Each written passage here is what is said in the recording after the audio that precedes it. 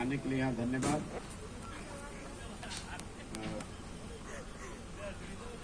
गणतंत्र दिवस की आपको शुभकामना भी और सरस्वती पूजा की भी बधाई।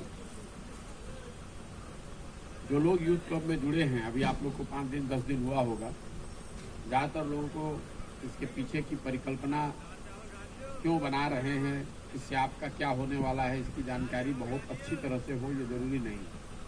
हम ये मिलते इसलिए हैं हर प्रखंड में लड़कों से, ताकि आप पहले समझ सकें कि ये क्लब की व्यवस्था है क्या, ये क्यों बनाई गई है, इसमें आपकी भूमिका क्या है और इससे आगे जुड़कर आप आगे कैसे चल सकते हैं। तो मैं 10 साल 15 साल जो मैंने काम किया है, उसमें बड़े बड़े दलों के साथ अलग अलग देश के हिस्सों में मैंने जब काम किया, देखा ज़्यादातर लड़के मिलते हैं जो अपने आप को युवा बताते हैं। राजनीति में तो सब अपने को युवा ही बताता है, लेकिन जो सही में युवा है तो लोगों की शिकायत रहती है कि भैया राजनीति में हम लोगों का उपयोग किया जाता है धरना देने के लिए, नारा लगाने के लिए, झंडा उठाने के लिए, जेल भरो आंदोलन होगा, बस में भीड़ जुटाना होगा, बाइक रैली निकालना होगा, उसमें युवाओं की खोज की जाती है, युवाओं को पूछा जाता है आप किसी नेता के साथ जुड़े रहते हैं, 2 साल 5 साल 10 साल आपने मेहनत किया, घर परिवार से भी रोज गाली डांट सुन रहे हैं, अरे भाई पढ़ाई लिखाई काम धंधा छोड़ के क्या नेतागिरी चालू कर दी हो। और ये सब करने के बाद 5 साल 10 साल जब लड़के ये करते हैं, तो उसके बाद स्थिति ऐसी बनती है कि जब आपको कुछ मिलना होता है या आपकी कुछ आशा अपेक्षा होती है, तो जिस नेता के साथ भी आप जुड़े हैं, ज़्यादातर लोग ऐसे युवाओं को आगे न बढ़ा के अपने किसी परिवार के आदमी को आगे बढ़ाना या अपने किसी चाटुकार अपने मित्र दोस्त के बच्चे को आगे बढ़ाना, इस तरह की क्या लोगों का अनुभव रहा है। फिर जो युवा है जिसने 10 साल अपना पसीना बहाया है, उसको ये लगता है कि भैया 10 साल हम झंडा ढोए और हमारे साथ धोखा हो गया, और उसके बाद 100 में से 75-80 लोग ऐसे हैं जो राजनीति से विमुख होकर, राजनीति से अलग होकर अपना घर परिवार, तब तक आपका शादी उदी हो जाएगा, फिर पारिवारिक जिम्मेवारियां भी आ जाती हैं, घर वाले भी कहते हैं तुमको तो पहले से कह रहे थे सब मत करो, नौकरी मिला नहीं, अब काम धंधा में लगो। तो ज़्यादातर युवाओं का जो राजनीतिक करियर है वो पहले 5-7 साल के भाग दौड़, नाराबाजी, बाइक झंडा के बाद खत्म हो जाता है। कुछ लोग जो एकदम डिटर्मिन्ड है कि हमको करना ही है, करना है राजनीति, तो कुछ लोग उसमें से पंचायती राज की व्यवस्था में आकर चुनाव लड़ते हैं, और कुछ लोग दलों को ज्वाइन कर लेते हैं, उसमें वो यूथ विंग में आ गया, छात्र विंग में आ गया, अपना वही राजनीति चलती रहेगी। कुल मिला जुला के आगे ब्लॉक की दलाली करना, कुछ पैसे का जुगाड़ हो जाए, खाना खर्चा चलने लगे, कुर्ता पैजामा का पैसा निकल जाए। मोटे तौर पे राजनीति ऐसे ही चलती है नए लड़कों के लिए, ये उनके लिए है जिनके बाबूजी विधायक नहीं है, मुखिया नहीं है, बड़े बाप के लड़के नहीं हैं, उनके लिए बहुत परेशानी है। लड़के हमसे हमेशा कहते हैं भैया हम लोग आगे इसमें कैसे बढ़े। तो मैंने जब ये परिकल्पना जन सुराज की है, तो उसमें युवाओं के लिए जो भी व्यक्ति, जो भी नया लड़का राजनीति में, सामाजिक राजनीतिक जीवन में आकर कुछ करना चाहता है सकारात्मक तौर पर, उसके लिए ये व्यवस्था मैंने सोच समझकर बनाई है, जिसके जरिए आपको न किसी का झंडा उठाना है, ना कहीं किसी के लिए जिंदाबाद मुर्दाबाद का नारा लगाना है, ना कभी जीवन में आपको धरना पर बैठना होगा और जेल भरो आंदोलन में जाना होगा नेताजी के लिए, या बस में बैठ के गुंडागर्दी करनी होगी। ये जो पूरा प्रयास है कि नए लड़कों को जो राजनीति करना चाहते हैं, उनकी पारिवारिक या आर्थिक पृष्ठभूमि ऐसी नहीं है कि वो अपने बल पर इसको कर सकें, या कोई उनको हाथ पकड़ने वाला नहीं है, उनको ऐसी व्यवस्था दी जाए कि वो अपनी क्षमता के अनुसार अपना और अपने समाज के बीच में काम करें, जिससे उनकी पहचान बने और धीरे धीरे आप उस सीढ़ी पर आगे बढ़ सकें। तो इसके मूल में एक ये बात है कि जो मेरा अभी तक का अनुभव रहा है, आप लोगों ने भी इसको देखा समझा होगा। दूसरी बात जो युवाओं की से सबसे बड़ी गलती होती है, आपको लगता है कि किसी नेता के साथ रहने से आप नेता बन जाइएगा। तो ये सबसे बड़ी भूल युवाओं से ये होती है कि आपको लगता है कि किसी बड़े नेता के साथ लग लिए, भैया जी के साथ बैठेंगे, गाड़ी पर बैठेंगे, उनके आगे पीछे करेंगे तो आप उससे नेता बन जाएंगे। उस चीज को आप सिरे से हटा दीजिए। नेता आपको आपका समाज बनाता है, जिसके भी आप अगुआ बनना चाहते हैं, जिसका भी आप नेतृत्व करना चाहते हैं, चाहे वो कॉलेज हो, चाहे वो आपका गांव है, आपका पंचायत है, लोग तो वहीं के नेता आपको बनाएंगे। वहीं पर आपको अपनी पहचान बनानी है। एक बार आपकी पहचान बन गई, एक बार आपकी भूमिका समाज ने तय कर दी, उसके बाद बड़े दल, बड़े नेता आपका उपयोग करते हैं, आपको प्लेटफॉर्म दे देते हैं, जिससे कि आपको लगता है कि हमको ये भैया नेता बढ़ा रहा है। कोई नेता किसी को, दूसरे आदमी को नेता नहीं बना सकता है। आदमी गांव में जाता है तो पता करता है कि कौन लड़का एक्टिव बा, और जो आप मान लीजिए वहाँ 10, 15, 20, 25, 50 लड़कों के लिए आपने कुछ संघर्ष किया है खेलकूद के किसी वजह से, अगर आप अगुआ हैं तो पार्टी वालों को भी पता चल गया, लोकल नेता को भी पता चल गया कि लड़का बड़ा एक्टिव है, तो लेके आपको अपने दल में ज्वाइन करा लेता है और आपको कुछ एक पद दे दिया, आगे पीछे घूमे, आपको लगने लगता है कि हम बहुत बड़े पावरफुल आदमी हो गए। और फिर वही कहानी दोहराई जाएगी, वो आपका कुछ दिन उपयोग करेगा, फिर आपका इस्तेमाल करके आपको फेंक देगा। जो हम व्यवस्था ये बना रहे हैं, इसमें आप जो क्लब बना रहे हैं, क्लब क्या है? क्लब एक सोची समझी व्यवस्था है, जिसके जरिए आप अपने समाज में चुने हुए दायरे में लोगों को संगठित कर सकते हैं, अपनी पहचान बना सकते हैं। और वो पहचान आप कैसे बनाएंगे? समाज की मदद करके, नारा लगाकर नहीं, जेल भरो आंदोलन में जाकर नहीं, किसी को गाली गलौज देकर नहीं। और समाज की मदद कैसे हो सकती है, उसकी व्यवस्था क्लब में है। अभी आप लोग जो लोग जुड़े हैं, तो पहला चीज हमको कैसे पता चलेगा कि किस गांव में किस लड़के में कुछ क्षमता है? तो पहली चीज वो आपको लोग बताते हैं कि भाई 20 लोगों का समूह बनाइए। तो कम से कम ये तो पता चला कि भाई गांव में आप 20 लोगों को आप बैठा सकते हैं, बात कर सकते हैं। तो सब आपको नेता मान रहा है जरूरी नहीं है, लेकिन अपने में भैया मान रहा है, सीनियर मान रहा है कि भैया इनको जानकारी है, ये आगे कुछ बढ़ सकते हैं, कर सकते हैं। फिर दूसरा स्टेप उसका क्या है, छोटा सा, कि आप 100 लोगों को अपने गांव, अपने पंचायत में व्हाट्सएप के नेटवर्क से जोड़िए। तो कम से कम आपको अपने पंचायत की, अपने गांव की थोड़ी बहुत समझ तो होनी चाहिए। ये क्यों है? ये इसलिए है कि नहीं तो आप दिल्ली में बैठिएगा, अपने गांव की राजनीति करने लगिएगा। ये हम लोग को ये दिखाता है पीछे कि आप उसी गांव, उसी पंचायत में रहते हैं जहां पर कि आप राजनीति करने का दावा कर रहे हैं या राजनीति करना चाहते हैं। तो ये दोनों जो स्टेप है, 20 लोगों का समूह बनाना जो क्लब की पहला स्टेप है, पहली सीढ़ी है, और दूसरा 100 लोगों का समूह बनाना जो कि आपके पंचायत का हो। तीसरा स्टेप आपको कैरम बोर्ड, संविधान, गांधी जी, बाबा साहब का पिक्चर उक्चर भेजना। ये क्या है? ये आपके ऑफिस का सेटअप। कोई भी आप व्यवस्था बनाते हैं तो कहीं बैठकर काम करने की, बैठकर बात करने की, मीटिंग करने की व्यवस्था होनी चाहिए। हम आपको कैरम बोर्ड की जगह क्रिकेट भी भेज सकते थे। कैरम बोर्ड क्यों भेजा है? कैरम बोर्ड इसलिए भेजा है कि जहाँ बैठकर एक कोई छोटा दलान हो, घर हो, रूम हो, बरामदा हो, कहीं एक ऐसी व्यवस्था हो जो एक तरह से आपका वो ऑफिस हो गया, जहाँ से बैठकर आप 10, 20, 25, 50 लड़कों के साथ बैठ सकते हैं, बात कर सकते हैं, चर्चा कर सकते हैं, कुछ आगे की रणनीति बना सकते हैं।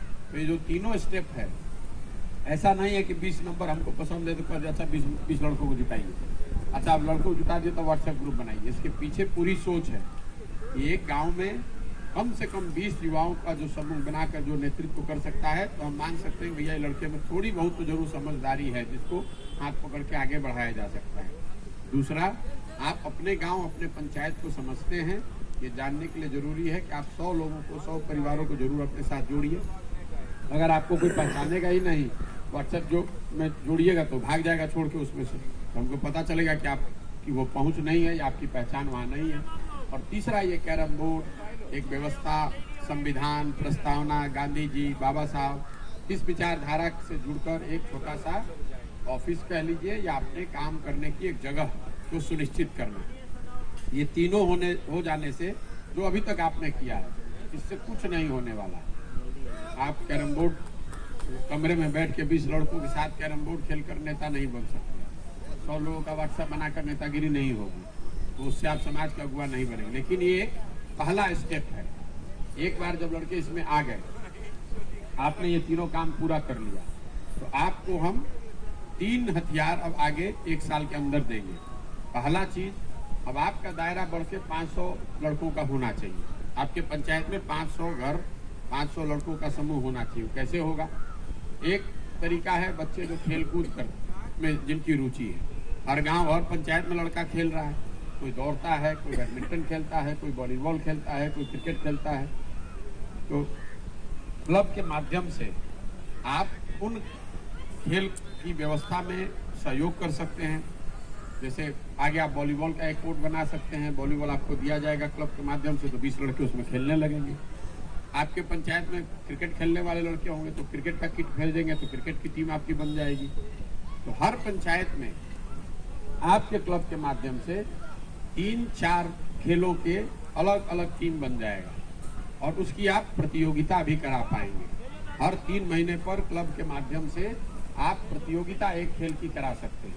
उस प्रतियोगिता को कराने के लिए जो सुविधा चाहिए, जो पैम्पलेट बांटना है, जिन लड़कों को इकट्ठा करना है, उनको कुछ प्रोत्साहन राशि देनी है, उनको इनाम देना है, उनको मेडल देना है, उनको ट्रॉफी देना है, वो सारी व्यवस्था जनसुराज करेगा, आपके माध्यम से करेगा। लेकिन अगर आप हर 3 महीना अपने पंचायत में 4 टीम बना लीजिएगा, एक दौड़ने वालों की सूची बन जाएगी। भाई 15-20 लड़के हैं, 20-25 लड़के हैं जो दौड़ते हैं, 1600 मीटर दौड़ की तैयारी करते हैं, तो 20 लड़कों से आपका संपर्क हो गया। दूसरा, क्रिकेट तो आजकल हर पंचायत में हो रहा है, तो बच्चों को आप क्रिकेट की किट दीजिएगा, तो रोज आएगा क्लब पर लेने, आपसे किट लेने भी आएगा, आपको जानेगा, आपसे उसकी पहचान बनेगी, आप उसकी मदद भी कर रहे हैं। तीसरा, आपको खुद मिलकर तय करेंगे कि बैडमिंटन होना चाहिए, वॉलीबॉल होना चाहिए, फुटबॉल होना चाहिए। अलग अलग पंचायतों में, अलग अलग जिलों में आगे ये चर्चा करके निकालते हैं। लेकिन मूल बात ये है कि खेल कूद के माध्यम से कम 100, 150, 200 लड़के आपसे जुड़ जाएंगे। अभी तो आपने व्हाट्सएप पे जोड़ा है, अपने दोस्त मित्रों को जोड़ा है, लेकिन ये वो लड़के हैं जो पंचायत में रहते हैं, एकदम युवा हैं, खेल कूद में उनकी रुचि है, वहाँ पर आप उनकी मदद कर सकते हैं। और एक आपका जो नेतृत्व क्षमता है, आपकी जो काम करने की शैली है, वो दिखाने के लिए जरूरी है कि आप हर 3 महीने पर एक प्रतियोगिता ईमानदारी से आयोजित करें। जैसे अभी पश्चिम चंपारण में दौड़ की प्रतियोगिता शुरू हुई है, तो सारे पंचायत वाले मिलकर अपने अपने पंचायत में लोगों की दौड़ करा रहे हैं। उसमें जो जीत कर आता है उसको ट्रैक सूट मिला, किसी को जूता मिला, किसी को पैसा मिला, जो मिलकर लोग तय करते हैं। फिर जो सारे पंचायत के जो क्लब हैं, उसमें जो 3-3 विजेता होगा वो प्रखंड के स्तर पर दौड़ेगा, प्रखंड का आदमी जिले के स्तर पर दौड़ेगा। लोगों ने वहाँ पर सारे क्लब वालों ने मिलकर तय किया कि भैया जो जिला में जीते उसको 21,000 रुपया मिलना चाहिए। तो राशि आपको जनसुराज की ओर से मिलेगी। लेकिन आप जब वो दौड़ कराएंगे अपने पंचायत में, तो 25, 30, 40 लड़के तो आपसे जुड़ गए, आपके साथ हो लिए। उसी के बाद इसी तरह 3 महीना में आपने दौड़ खत्म करा लिया, तो उसके बाद क्रिकेट कराइए। क्रिकेट की प्रतियोगिता पंचायत, प्रखंड और जिले के स्तर पर कराइए।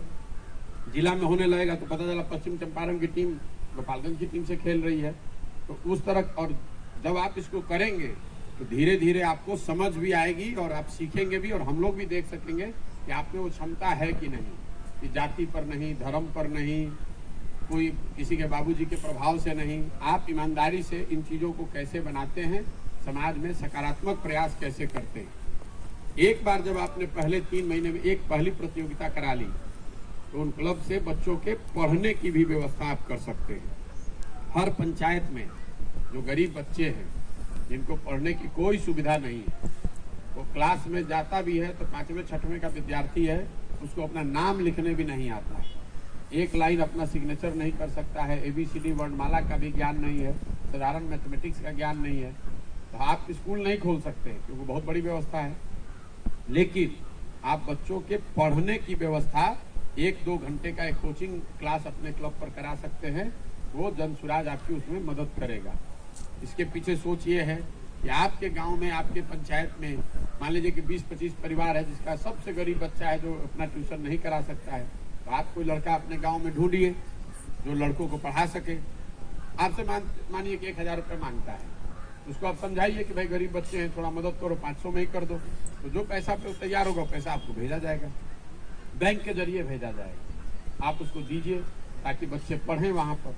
20, 30, 40, 50 गरीब बच्चे पढ़ेंगे तो आपकी उससे पहचान बनेगी कि भाई ये वो आदमी है जो सबको, गरीब आदमी को यहाँ पढ़ाई कराता है, तो घर घर आपकी पहचान बनेगी।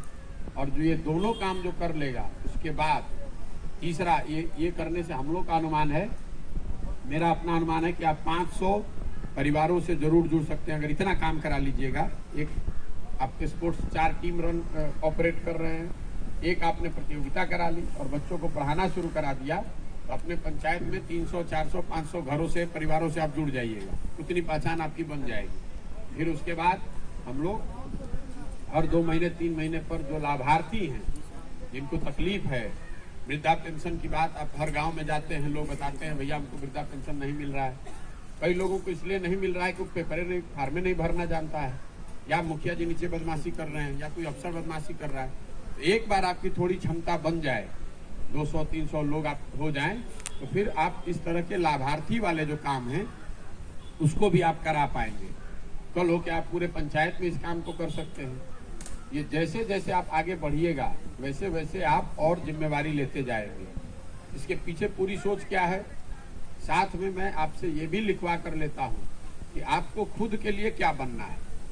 ऐसे हवा में ये करते नहीं रहना। आदमी कहता भैया हम समाज सेवा करने आए, अब मन में है चुनाव लड़ना, उससे बात नहीं बनेगी। इस क्लब में जो जुड़ा हुआ है उसको लिख कर हम लोग लेते हैं कि आप अपने लिए क्या सोच कर आए। भैया हमको 3 वर्ष में वार्ड सदस्य लड़ना है, तो आप लिख कर दे दीजिए, उसी के अनुसार आपको आगे मदद करेंगे। अब हम कैसे मदद करेंगे, हमको कैसे पता चलेगा कि आपको वार्ड लड़ना है कि मुखिया लड़ना है कि विधायक लड़ना है। लिख के तो कुछ भी कोई दे सकता है, तो आप जो लिख के दे दीजिएगा, हमको उसमें कोई काट छाट नहीं करना है। आप जो लिख कर दीजिएगा उसी के अनुसार आपको काम दे देंगे। आगे जब मिलेंगे आपसे तो वैसा ही काम आपको दे देंगे। मान लीजिए कि आपने लिख के दिया कि भैया हमको मुखिया बनना है अपने जीवन में, उसके लिए हम 3 साल अपने पंचायत में अपने गाँव में प्रयास करना चाहते हैं। मुखिया, अगर आपको मुखिया का चुनाव लड़ना है 4 वर्ष में, तो आप अपने गांव में एक पंचायत चलाकर तो नहीं जीत सकते हैं। वहाँ 7 गांव है, 5 गांव है, 2 टोला है, तो आप जरूरी है कि 7 पंचायत में आपका क्लब हो, तो वो सुविधा आपको देंगे। आपको खुलवा सकेंगे अगर आप सही व्यक्ति का चयन कर ले, तो क्लब की खुलवाने में जो साधन व्यवस्था है वो आपको जनसुराज देगा, लेकिन उन 5 जगह पर आपको खुलवाना पड़ेगा। उन 5 अपने पंचायत के सारे विषयों को हम लोगों ने जो इकट्ठा किया है आपसे भी मांगेंगे, देखेंगे कि आप वहाँ के विषय को ठीक पकड़ पा रहे हैं कि नहीं, लोगों की क्या समस्या है वो बताइए। मतलब आपको पंचायत के स्तर का काम देंगे। अगर आप वार्ड सदस्य लड़ना चाहते हैं तो आपको वार्ड के स्तर का काम देंगे। अगर आप बीडीसी लड़ना चाहते हैं, कोई भी लिख के दे देगा कि हम विधायक लड़ना चाहते हैं तो दे दीजिए, हमको कोई दिक्कत नहीं है। आप एमपी भी लिख के दे सकते हैं। आप किस कैटेगरी में लड़ना चाहते हैं ये आपकी स्वतंत्रता है। हम किसी को, हमारे पास कोई ज्ञान नहीं है कि हम बता दें कि भैया आपको विधायक लड़ना है कि एमपी लड़ना है। हम आपको एक मोटी एक फॉर्मूला दे देते हैं कि आपको किस चीज़ की तैयारी करनी चाहिए। जो भी आपकी ताकत है, 3 वर्ष में 5 वर्ष में जो भी आप बनना चाहते हैं उससे एक कैटेगरी नीचे का तैयारी कीजिए। मतलब अगर आप मुखिया बनना चाहते हैं तो बेहतर है कि आप बीडीसी लड़िए या वार्ड लड़िए। अगर आप जैसे मान लीजिए कि आप लोग एग्जाम देते हैं तो आप खुद स्वयं से तय करते हैं कि हमको सिविल सर्विस की तैयारी करनी है यूपीएससी की, कि हमको बिहार पब्लिक सर्विस कमीशन का तैयारी करना है, हमको बैंक का पीओ का तैयारी करना है, कि हमको सेक्शन 4 वाला तैयारी करना है, क्लरिकल एग्जाम देना है। ये आप अपने क्षमता के अनुसार तय करते हैं हम कौन सा एग्जाम दे सकते हैं। और आप एग्जाम वो लेते हैं जिसमें आपको लगता है कि आपकी समझ, आपकी ताकत, आपकी परिश्रम करने की क्षमता के आधार पर जिसमें आपके सफल होने की संभावना ज्यादा है। दूसरे तरीके से समझिए, मान लीजिए कि आप कुश्ती लड़ने गए हैं तो 60 किलोग्राम में भी कुश्ती हो रहा है, 80 किलोग्राम में भी कुश्ती हो रहा है, और आपका वजन है 65 किलो, तो आप 60 में लड़िएगा कि 80 में लड़िएगा? अगर आपका वजन 65 है तो 60 में लड़िएगा तो जीतने की संभावना ज्यादा है। अगर 80 में लड़िएगा तो लड़ जाइए, कोई रोक नहीं है, लेकिन पहले ही दौर में हार जाइएगा। और 65 का वजन है, 60 लड़िएगा तो उसमें जीत कर आइएगा। जीत के आने वाले दोनों को मेडल ही है, दोनों को यही कहा जाएगा कि कुश्ती में जीते, इनको गोल्ड मेडल मिला। लेकिन जो पहले दौर में हार गया उसको कोई पूछने वाला नहीं है। लोकतंत्र में लड़ने का कोई वैल्यू नहीं है, इस बात को भी आप समझ लीजिए। नए लड़के जो हैं उनको घबराहट रहती है कि हम लड़ गए, सीखने के लिए लड़ गए। सीखने के लिए लड़ने का कोई मतलब नहीं है। एक बार लड़ गए, मुट्ठी खुल गई, कहानी खत्म। लड़िए तब जब जीतने की तैयारी, नहीं तो लड़ने को तो जाके आप राष्ट्रपति का चुनाव लड़ जाइएगा, उससे पूछेगा कौन, आदमी हंसेगा। हम लोग रास्ते में चलते हैं, कोई मिलता है, बोलता है भैया हम एमपी का चुनाव लड़े थे, तो कितना क्या हुआ, भैया 2500 वोट आया था। आप सिरे से पता चल गया कि आदमी बेवकूफ़ है। तो आए और एमपी का चुनाव लड़ गए, 2500 वोट मिला। उसके मुकाबले कोई लड़का मिलता है, कहता भैया हम तीसरी बार वार्ड जीते हैं, इस बार अब मुखिया बनना चाहते हैं। तो उसको हम लोग भी गंभीरता से लेते हैं कि नहीं, ये लड़का होशियार है, मेहनत कर किया है, 10 साल 15 साल रगड़ रहा है, अब आगे बढ़ना चाहता है। और जिनके बाबूजी माँ बाप बड़े आदमी नहीं हैं, विधायक नहीं है, मंत्री नहीं है, तो आपको धीरे धीरे ही वहां जाना पड़ेगा। और इसमें आपको कोई ये हीन भावना भी नहीं होनी चाहिए। किसी के बाबूजी होंगे प्रधानमंत्री तो होंगे, उससे क्या फर्क पड़ना है, वो अपने बल पे नहीं ना है। बहुत आदमी को लॉटरी जीवन में लग जाता है। बहुत आदमी कहता है भैया 30 साल के थे हो गए विधायक। अरे भाई तो उनके बाबूजी थे इसलिए हो गए विधायक, वो अपने बाप अपने दम पर थोड़ी ना है। बहुत आदमी को समाज में लॉटरी मिल जाता है। आप पढ़ाई लिखाई छोड़ के सोचिएगा कि आपको भी लॉटरी लगे तो लॉटरी लगेगा। जो आपके पास है, आपको लड़ाई उसी हथियार से लड़नी है। दूसरे के पास क्या है, वो आपके पास होता तो आप क्या करते, तो सोचते रहिएगा, उससे जीवन में कुछ नहीं होगा। जो आपके पास है यही आपकी ताकत है। इसी हथियार को मजबूत कीजिए। और इसलिए जिनके पास वो पृष्ठभूमि नहीं है, जिनकी पारिवारिक बड़ी पृष्ठभूमि नहीं है, उनके लिए हारने का विकल्प नहीं है। प्रयास तब कीजिए जब आप पूरी तरीके से अपने दिमाग में आपका बन गया हो कि नहीं हमने पूरा कोशिश किया है। उसके बाद भी अगर आप हार जाइए तो कोई बात नहीं है, लेकिन कोई ये नहीं कहेगा कि नहीं आदमी लड़ा नहीं। समाज में ये बात जरूर होना चाहिए कि जीते तब तो जीते, अगर हारे तो भी आदमी कहे कि भैया लड़ा बहुत मजबूती से, इतना जरूर होना चाहिए। अगर नहीं कीजिएगा तो लड़ गए तो आपका चुनाव, आपका जो करियर है वहीं पर खत्म हो जाएगा, लोग आपको गंभीरता से नहीं लेगा। तो अभी आपसे लिखवा कर ये लोगों ने लिया होगा कि आगे ले लेंगे।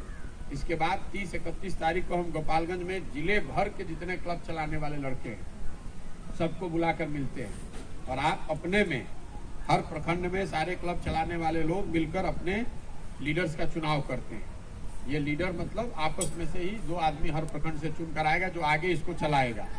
आगे इसको चलाने की जो व्यवस्था है कि कौन सा खेल होना चाहिए, कौन सा कितना प्रोत्साहन राशि होना चाहिए, उसका शेड्यूल क्या होना चाहिए, क्लब और कितना खोला जाना चाहिए, सारी व्यवस्था लड़कों के हाथ में, आपके हाथ में आ जाएगी। आपके हाथ में, जो आपके बीच से चुन कर आएगा उनके हाथ में आएगी। और जो लोग अच्छा, वो 6 महीने के लिए चुनाव होगा, आपने अपने प्रखंड में अच्छा काम किया, सारे पंचायत, अभी आप मान लीजिए एक क्लब चला रहे हैं, पता चला कि आप प्रखंड के स्तर पर चुन कर आ गए, तो प्रखंड के स्तर पर 40 या 45-50 क्लब हैं और 6 महीने के अपने कार्यकाल में आपके 150 क्लब हो गए, सारे एक्टिव हैं, हर जगह प्रतियोगिता हो रही है, हर जगह पढ़ाई होने लगा, कहीं मोतियाबिंद का ऑपरेशन होने लगा, लाभार्थियों को आपसे मदद मिल रहा है। तो स्वाभाविक तौर पर आपको इतना काम हो जाएगा कि आप प्रखंड के स्तर पर रोज कहीं इनॉग्रेट कीजिएगा।